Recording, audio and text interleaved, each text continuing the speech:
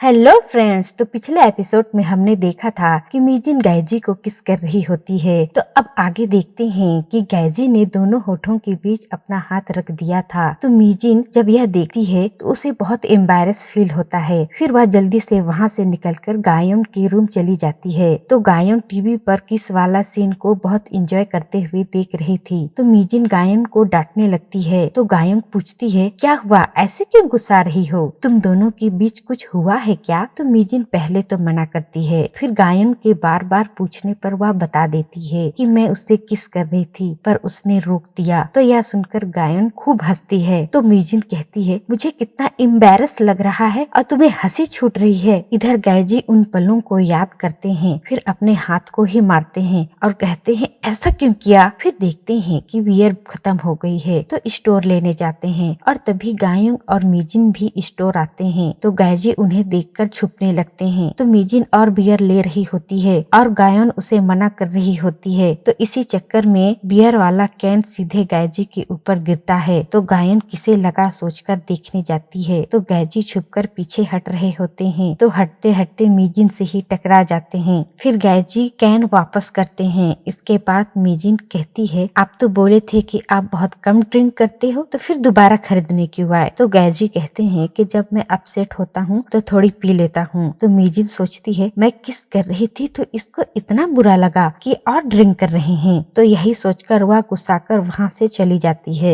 फिर घर वापस आने के बाद वैक्चुअल की पत्नी की ऑटोप्सी रिपोर्ट को याद करते हैं, जिसमें पता चला था कि वैक्चुअल की वाइफ के ब्लड में भी फेंटल ड्रग्स पाया गया था। तो वे सोचते हैं कि वैक्चुअल डॉक्टर है तो उसे आसानी से ड्रग्स मिल सकता है। तो जब उसे उसकी पत्नी के अफेयर के बारे में पता चला होगा तो वह यही ड्रग्स देकर उसे बेहोश कर मार डाला। इसके बाद फिर सभी मिसिंग पर्सन के घर को और उसका कहां कहां बॉडी पाया गया उन जगहों को देखकर अंदाजा लगाते हैं कि कायन की बॉडी कहां हो सकती है। तब उनकी नजर उस एरिया की झील पर पड़ती है। फिर वे इंस्पेक्टर वॉन को फोन कर उस झील में सर्च करने को कहते हैं। तो वे बताते हैं कि हमने सर्च किया पर झील बहुत गहरा है तो कुछ पता नहीं चला। फिर अगले दिन ऑफिस में जब गैजी मिस लिम को कुछ काम कहते हैं तो वह बहुत चिड़चिड़ाने लगती है, फिर गुस्सा कर बाहर चली जाती है। तो ड्यूक और गैजी सोचते हैं, इसे क्या हो गया, इतना क्यों भड़क रही है। फिर लंच टाइम पर सभी कैंटीन में लंच करने जाते हैं। तो कोविन लिम के नजदीक जाकर बैठता है और उसे खाना और पानी सर्व करता है और उसके कंधे पर गिरे बालों को भी हटाता है। तो ड्यूक यह सब देखकर हैरान और परेशान हो जाता है कि इन दोनों के बीच ये क्या चल रहा है। फिर लंच के बाद कोविन जब अपने ऑफिस रूम में होता है तभी दरवाजे के नीचे से कोई लेटर अंदर डाल देता है। तो कोविन लेटर उठाकर कौन दिया सोचकर बाहर देखता है पर वहाँ कोई नहीं होता। तो कोविन लेटर खोलकर देखता है जिसमें लिखा था कि यहाँ एक सफाई कर्मचारी ने अपने आइडेंटिटी के बारे में झूठ बोला है। तो कोविन और कोई ना पढ़ ले सोचकर लेटर को क्रश मशीन में डाल देता है। और दूसरी ओर गैजी उस झील के और उसके आसपास के एरिया को अच्छे से देखने जाते हैं। फिर जब गैजी वापस आते हैं तो मिस्टर चा गैजी को केस रीओपन करवाने के लिए डांटने लगते हैं, क्योंकि उन्हें लग रहा था कि इतना सालों से कुछ नहीं पता चला तो अब क्या होगा।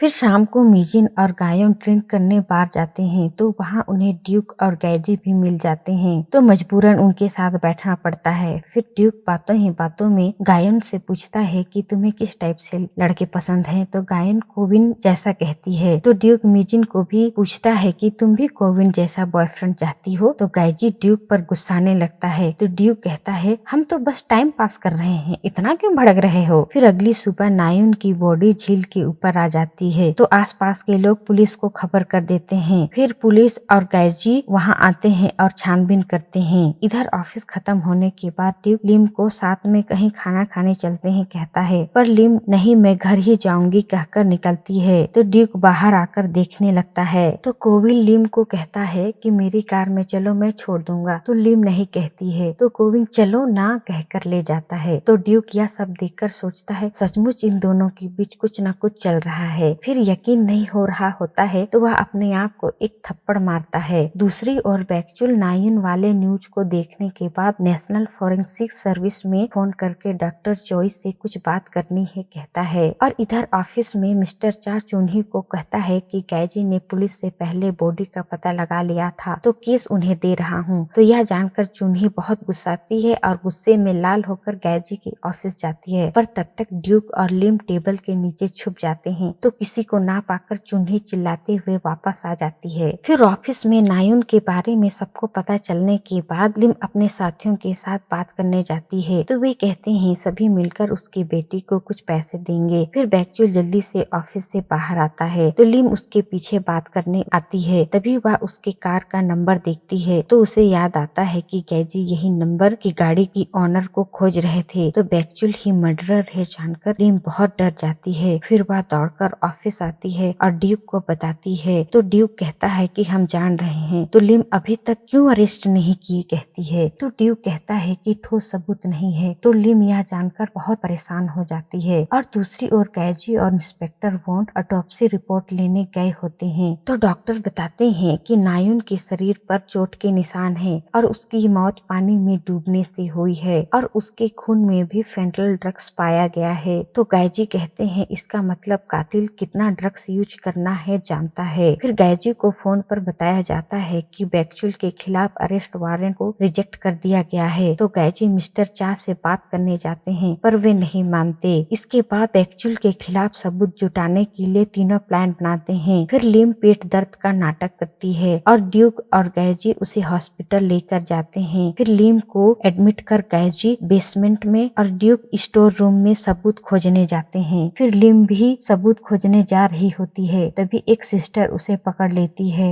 और उसे ब्लड टेस्ट के लिए ले जाती है। इधर बैकचुल को जब पता चलता है कि लिम को हॉस्पिटल ले जाया गया है तो वे समझ जाते हैं कि तीनों सबूत जुटाने के लिए हॉस्पिटल गए हैं। तो वह भी जल्दी से हॉस्पिटल भागता है और हॉस्पिटल पहुंचकर सिस्टर से लिम को कहाँ रखे हो पूछता है। तो सिस्टर उसे ले जाती है पर वहाँ लिम नहीं होती। तो सिस्टर को जल्दी से लिम को खोजने को कहता है। इधर लिम बैकचुल के ऑफिस रूम की तरफ जा रही होती है और नर्स सिक्योरिटी वाला को फोन करके लिम को ढूंढने कहता है और उधर लिम बैकचुल के ऑफिस रूम में छानबीन कर रही होती है। फिर वह डीएनए टेस्ट के लिए बैकचुल के ब्रश को उठा लेती है। फिर सिक्योरिटी वाला उसका फुटेज देख लेता है और बैकचुल को फोन करके बता देता है कि शायद वह डायरेक्टर ऑफिस रूम की तरफ गई है। तो बैकचुल भी दौड़े दौड़े ऑफिस की तरफ जाता है। तब तक लिम ऑफिस के अंदर एक रूम में ही छुप जाती है। तो बैकचुल रूम के अंदर लिम को इधर उधर ढूंढने लगता है। तभी वह उसी रूम को खोलता है जहाँ लिम छिपी होती है। फिर जैसे ही देखने आगे बढ़ता है तभी नर्स लिम का ब्लड टेस्ट रिपोर्ट लेकर आती है। तो बैकचुल रिपोर्ट देखने लगता है तो O+ होता है। फिर वह 20 साल पहले का लिमसुन का टेस्ट रिपोर्ट को देखता है जिसमें A+ होता है। तो उसे समझ नहीं आता। फिर वह कहता है कि लिमसुन तुम कौन हो। और यह एपिसोड यही एंड होता है।